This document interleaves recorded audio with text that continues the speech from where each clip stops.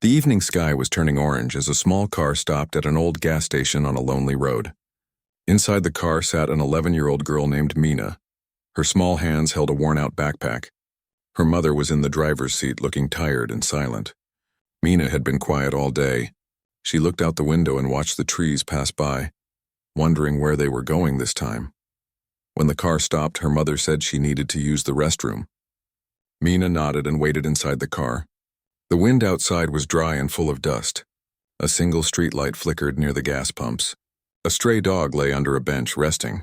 Everything looked empty and forgotten. After a few minutes, Mina got out of the car to stretch her legs. She walked near the store that was part of the station. Inside, a man was standing behind the counter cleaning a shelf. The shelves had snacks, water bottles, and some newspapers. Mina looked around quietly. The man gave her a kind smile and said, "You need something, little one?" Mina shook her head shyly and said, "Just looking." The man nodded and went back to work. Mina walked back to the car after a few minutes. She waited and waited, but her mother did not return. She looked toward the restroom area, but there was no sign of her. The sun went down and darkness slowly covered the road. Mina began to feel uneasy. She opened the car door, but the keys were gone. The car was locked. Her mother's bag was missing too. She went back inside the small store and told the man, "I can't find my mother." The man stopped cleaning and came closer. "She left you here?" he asked.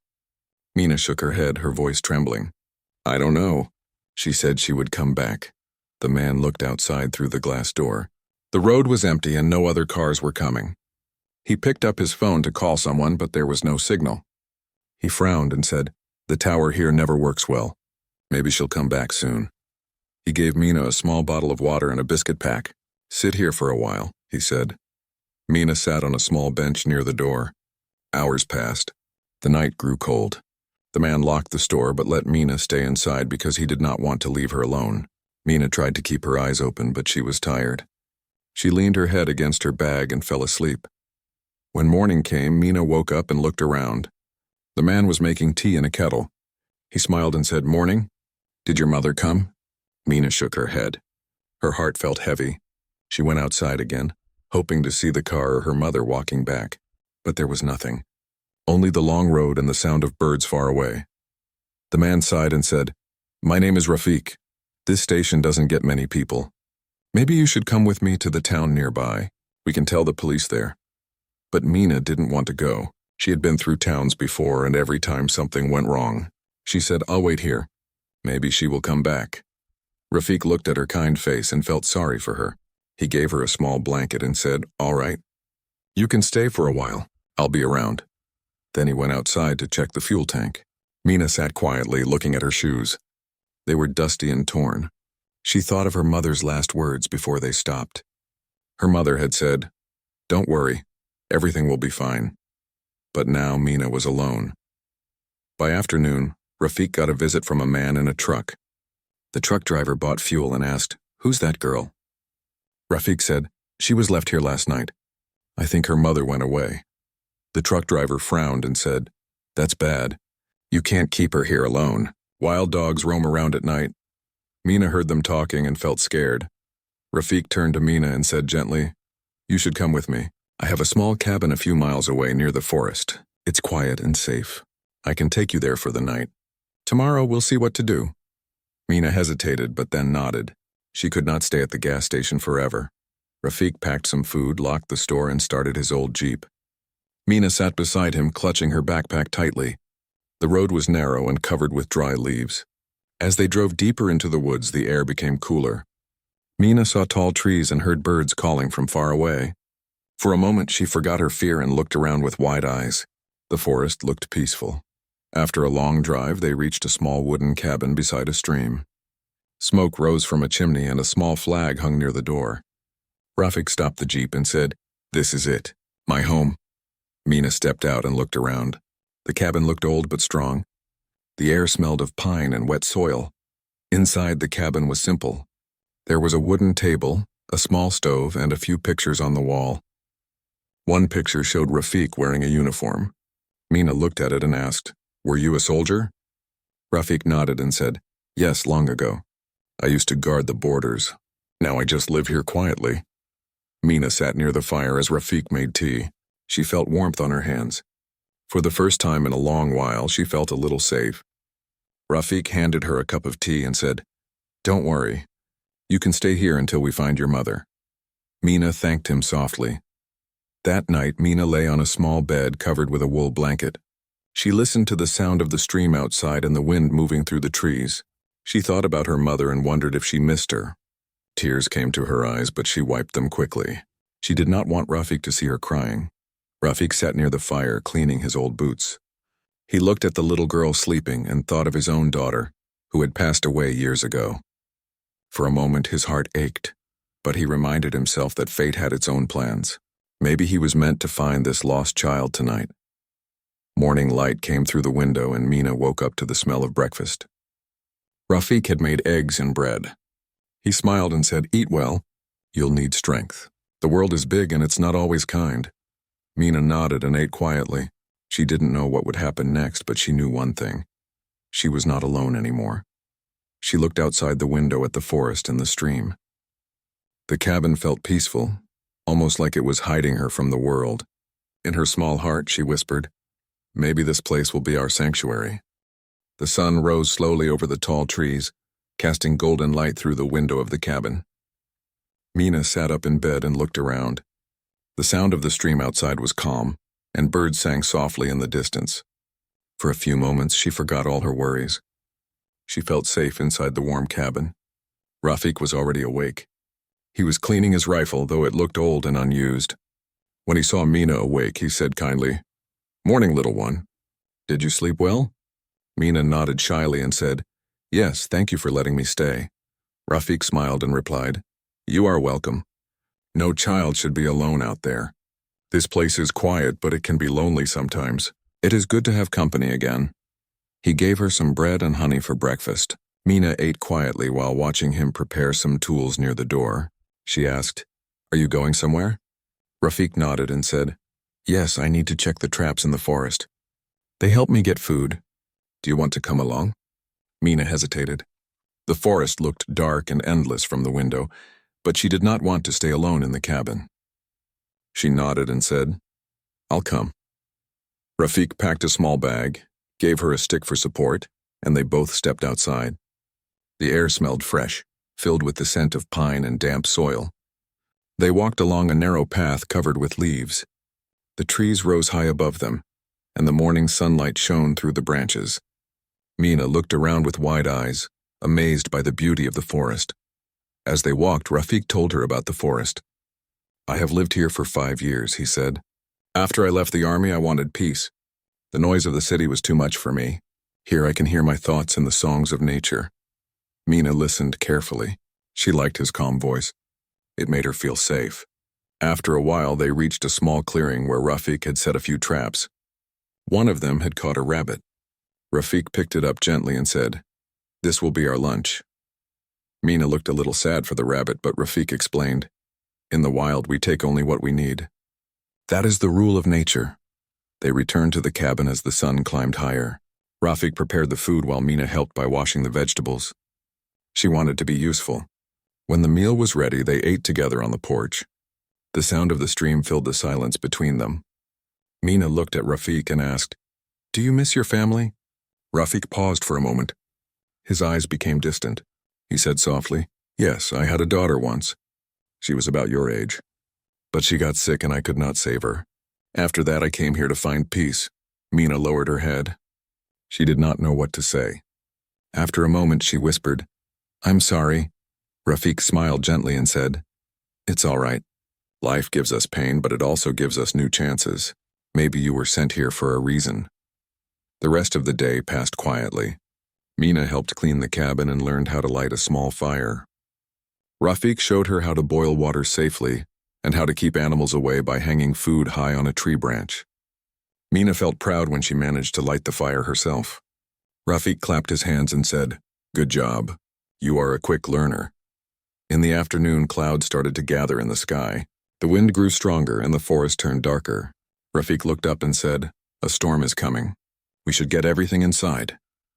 Together, they brought in firewood and covered the small window with wooden planks. Soon rain began to fall heavily and thunder rolled across the hills. Mina sat near the fire, hugging her knees. The sound of the storm scared her. Rafik noticed her fear and said, "Do not be afraid. Storms pass, just like hard times." He sat beside her and told her stories from his days as a soldier. He spoke about the mountains, the camps, and the friendships that helped him stay strong. Mina listened with fascination. She had never met anyone like him before. He spoke with courage but also with kindness. When the thunder grew louder, she covered her ears and Rafik put another log on the fire. The warm light filled the room, making it feel like a safe world of its own. Later, when the storm finally began to calm, Mina asked softly, "Do you think my mother will come back?"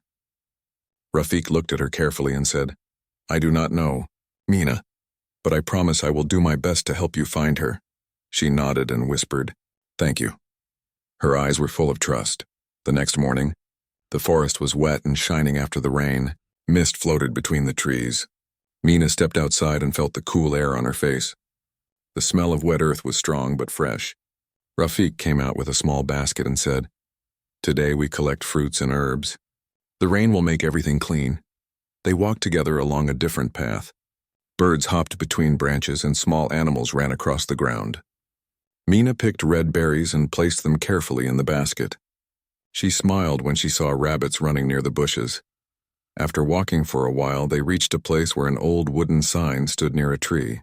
It had faded letters on it. Mina asked, "What does it say?" Rafik brushed the dirt away and read, "Old Station Road." He frowned slightly. "That road goes back toward the highway. It's far, but maybe someone passes through sometimes. If we go there tomorrow, maybe we can ask about your mother." Mina's heart filled with hope. She said, "Yes, I want to go." Rafik nodded and said, "We will go when the ground is dry. It will take half a day's walk, but we will manage." They returned to the cabin before evening. Rafik prepared soup and Mina helped by bringing water from the stream. They sat together as the sun went down behind the hills. The forest glowed orange and gold. Mina said softly, "It's beautiful here." Rafik smiled and replied, "Yes, this place has saved me many times. Maybe it will save you too." As night came, Mina looked at the stars through the window. She felt something change inside her. She was still sad about her mother, but she was no longer afraid. The cabin felt like a shelter not only for her body, but also for her heart. Before sleeping, she whispered to Rafik, "You were right. Storms pass." Rafik smiled and said, "Yes, they always do. Remember that." As Mina lay in bed, she thought of tomorrow's journey to the old road. She hoped they would find a clue, a sign, or someone who knew where her mother went. But deep inside, she also felt a small voice saying that maybe, just maybe, this cabin was becoming her new home. Outside, the wind moved gently through the trees. The forest that once looked dark now felt alive, like it was watching over her. Mina closed her eyes, feeling the peace of the night. Inside the quiet cabin, two souls who had once lost everything had found each other. And for the first time in many days, both felt that they belonged somewhere again. The fire flickered softly, and Rafik looked at the sleeping child. He whispered to himself, "Yes, this will be our sanctuary." The morning light slipped gently through the trees, and the cabin came alive with the sound of birds. Mina opened her eyes and stretched her arms. She could smell the scent of smoke from the small fire that Rafik had already started. He was boiling water and humming softly. When he noticed Mina awake, he smiled and said, "Good morning, little one. Today is an important day." Mina rubbed her eyes and asked, "We are going to the old road, right?" Rafik nodded. "Yes, if we are lucky, we might find someone who can help us. Maybe someone has seen your mother's car." Mina's heart filled with both hope and fear. She wanted to see her mother again, but she also felt afraid that maybe her mother had left her for good. She pushed the thought away and focused on the warm tea that Rafik handed her. After breakfast, they packed some food, water, and a blanket into a small bag. Rafik made sure the cabin was locked and safe. He told Mina, "No matter what happens, we will come back here. This place will always be waiting for us." Mina nodded and followed him down the forest path. The air was cool and the ground was still damp from the rain 2 days ago. As they walked, she noticed how the sunlight fell between the leaves, making the forest shine with shades of green and gold. They crossed small streams and climbed over rocks. Rafik's footsteps were steady and sure while Mina tried her best to keep up. Sometimes he stopped and pointed at different plants, telling her their names. "This one is wild mint," he said, showing her a small green plant. "It helps when you feel sick."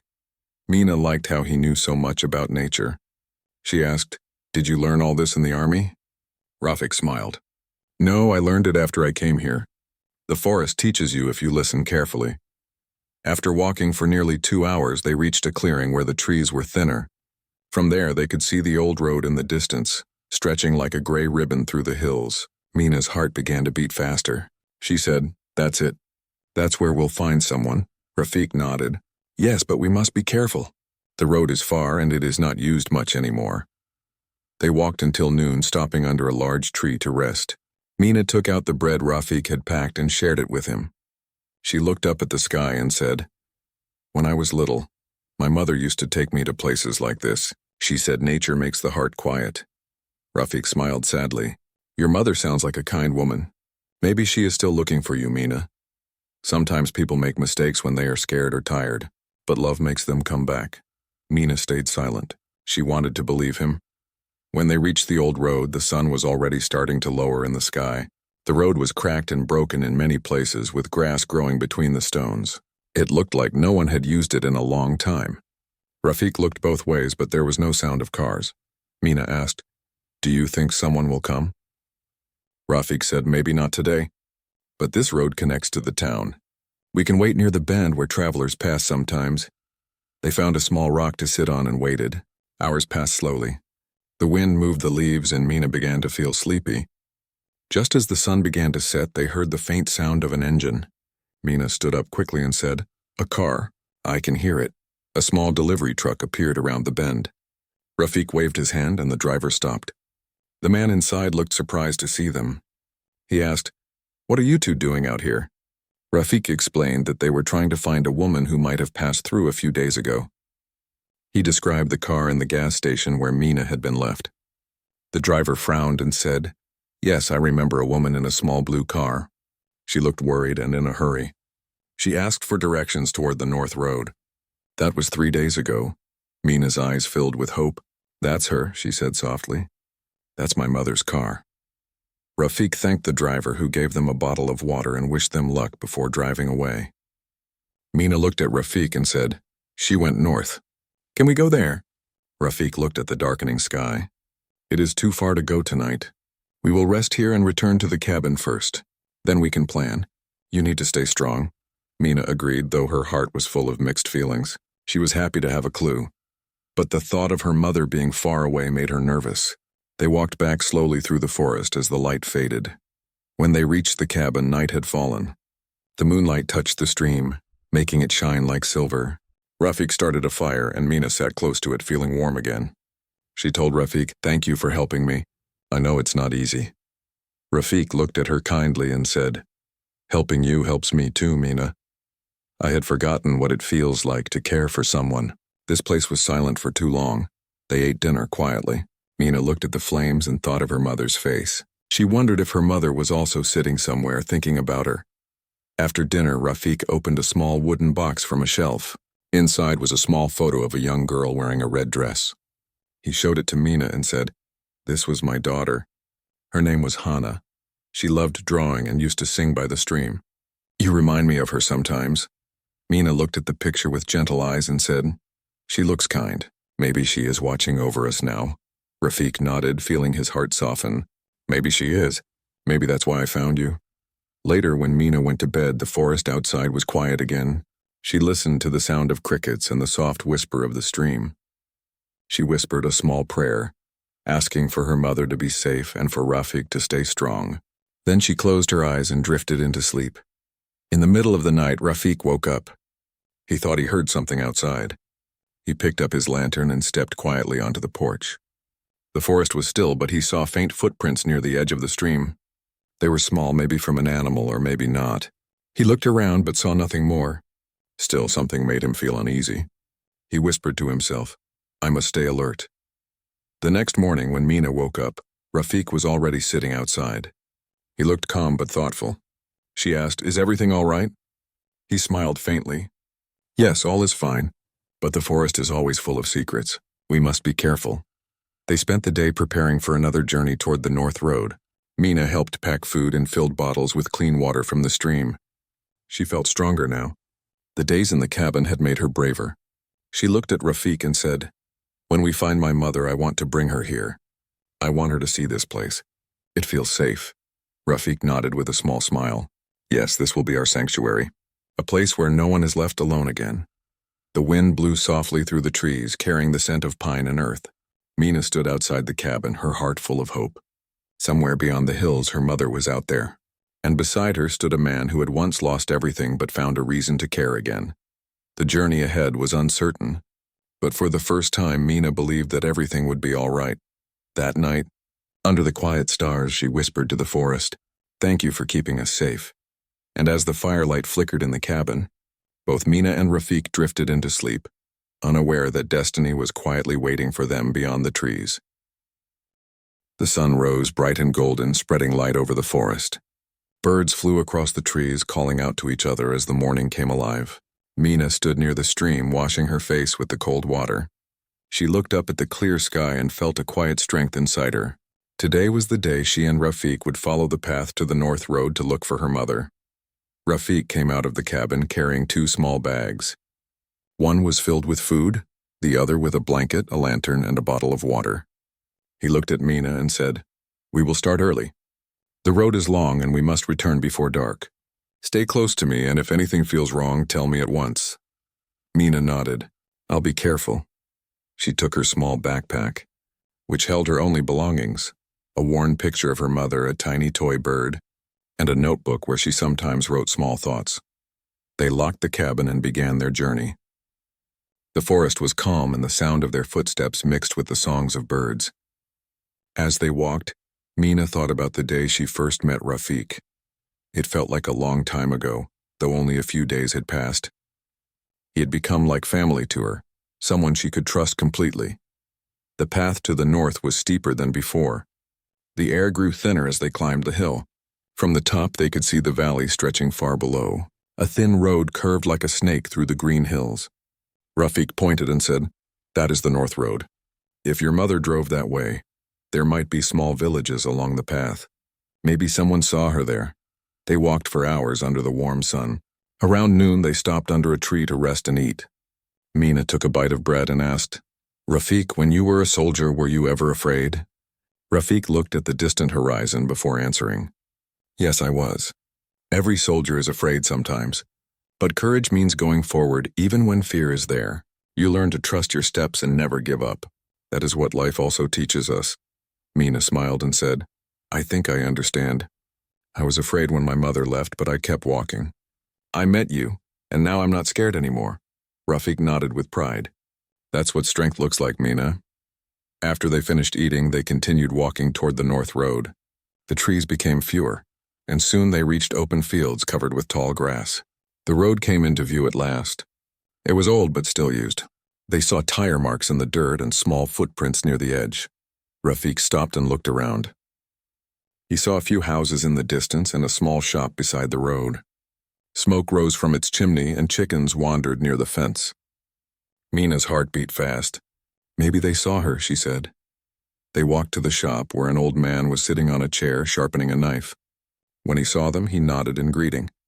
Rafik spoke first. "Peace to you, sir. We are looking for a woman who might have passed by here in a small blue car a few days ago. She is this girl's mother." The old man thought for a moment, rubbing his chin. "A blue car," he said slowly. "Yes, I remember something like that. It stopped here 2 days back." The woman looked very upset. She asked me for directions toward the next town. She had tears in her eyes and her hands were shaking. Mina stepped forward quickly. "Did she say anything else?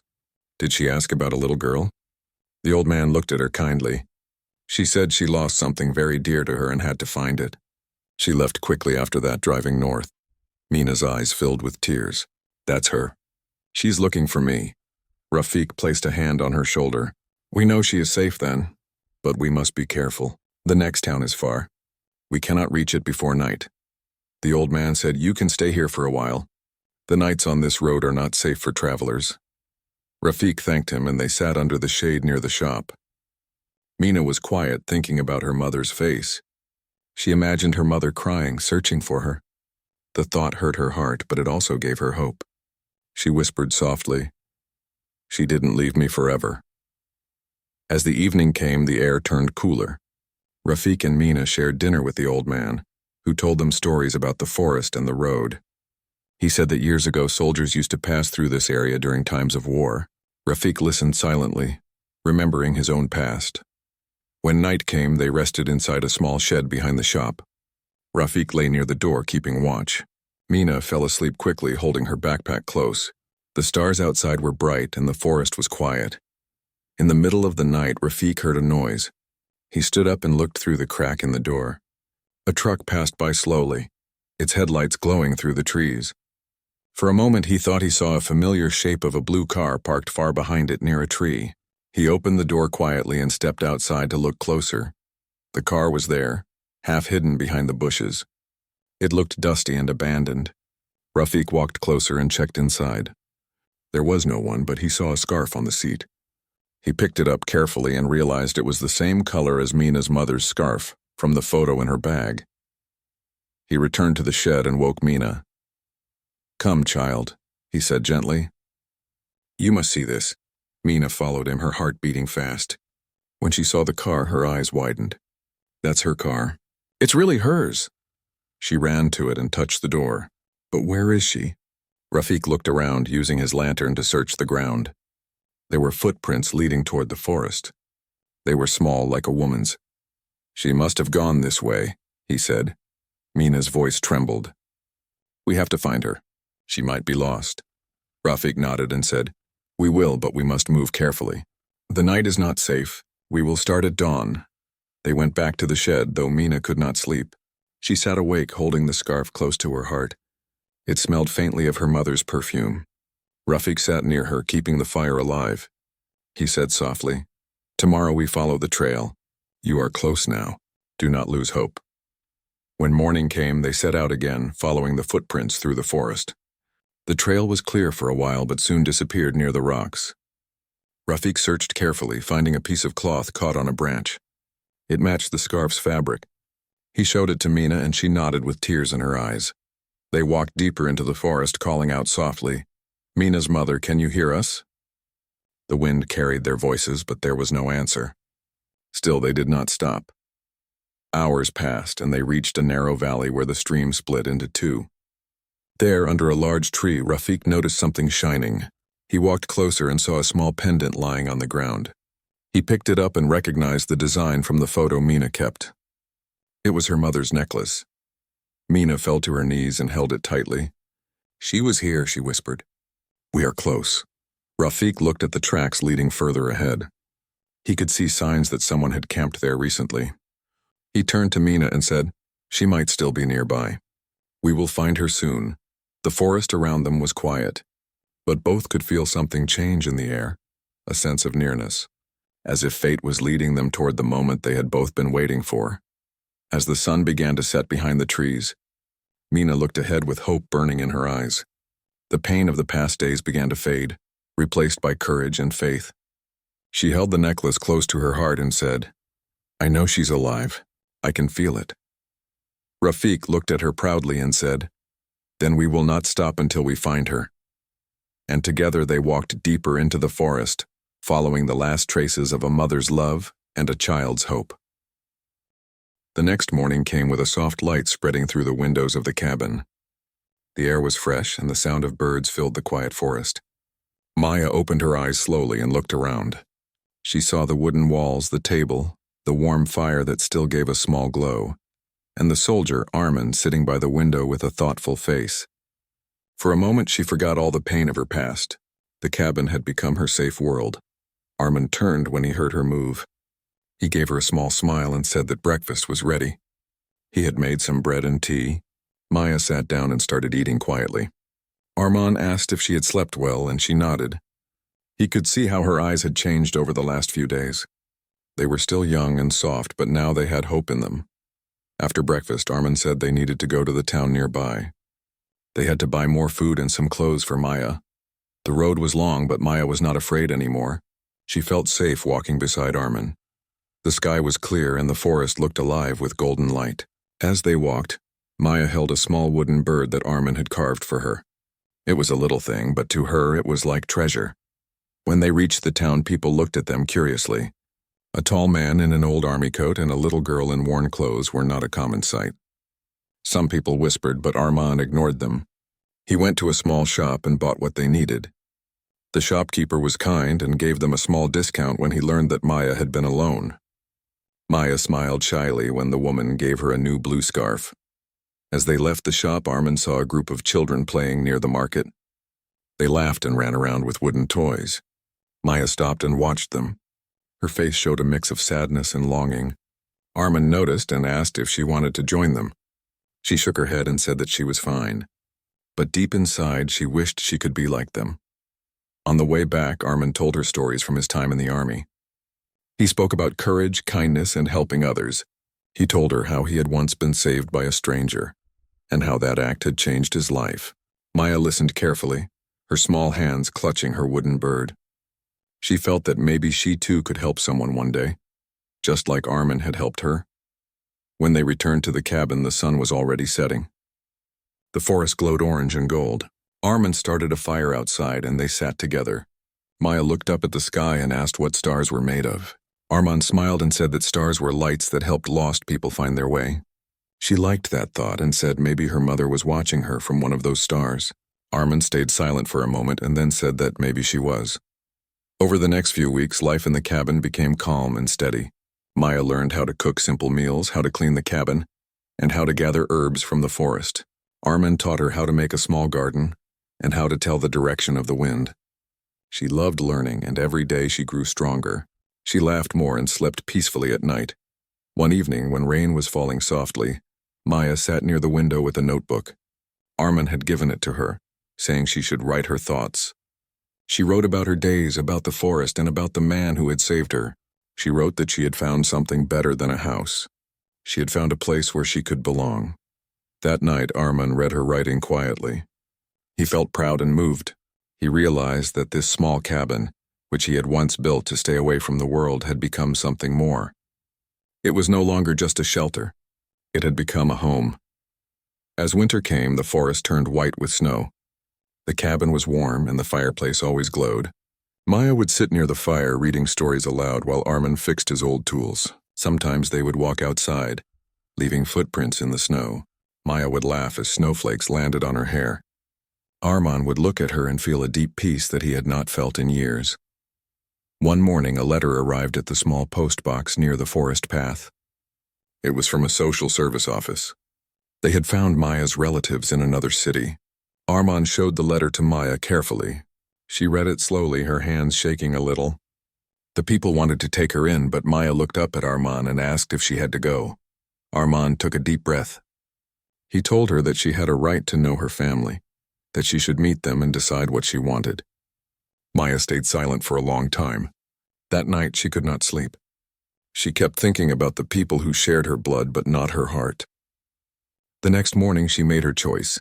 She told Armin that she wanted to visit them but not stay forever. She said the cabin was her real home now. Armin understood. He wrote a letter to the office explaining her wish. A few days later, a kind woman from the city came to take Maya to visit her relatives. Before leaving, Maya hugged Armin tightly. She said she would come back soon and that the cabin would always be their sanctuary. Weeks passed. The forest waited in silence. Armin continued his simple life, fixing things and tending the garden. Then one morning he heard footsteps outside. When he opened the door, he saw Maya running toward him, smiling wide. She shouted that she had come back. Her relatives were kind, but she had told them she already had a home in the forest. Armin felt a deep relief. He knew that she belonged there. They spent that evening together near the fire, sharing stories and laughter. Maya showed him a drawing she had made. It was of the cabin, the forest, and two people standing outside, a soldier and a little girl. Under the drawing, she had written the words, "Our Sanctuary." Years later, the cabin remained the same. The forest grew greener and the little garden spread wider. Maya grew older and wiser, and Armin's hair turned gray, but their bond stayed strong. Travelers who passed by often said they saw a small cabin where peace lived, and for both of them it was true. The cabin had saved two lost souls, a man who had lost his purpose and a child who had lost her home. Together they had built something that could not be broken by time or sorrow. Their story was simple but full of warmth.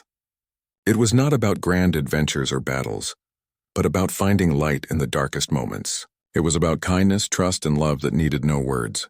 That cabin hidden deep in the forest stood as a symbol of hope. And for anyone who came near, it whispered the same words Maya once said, "This will be our sanctuary."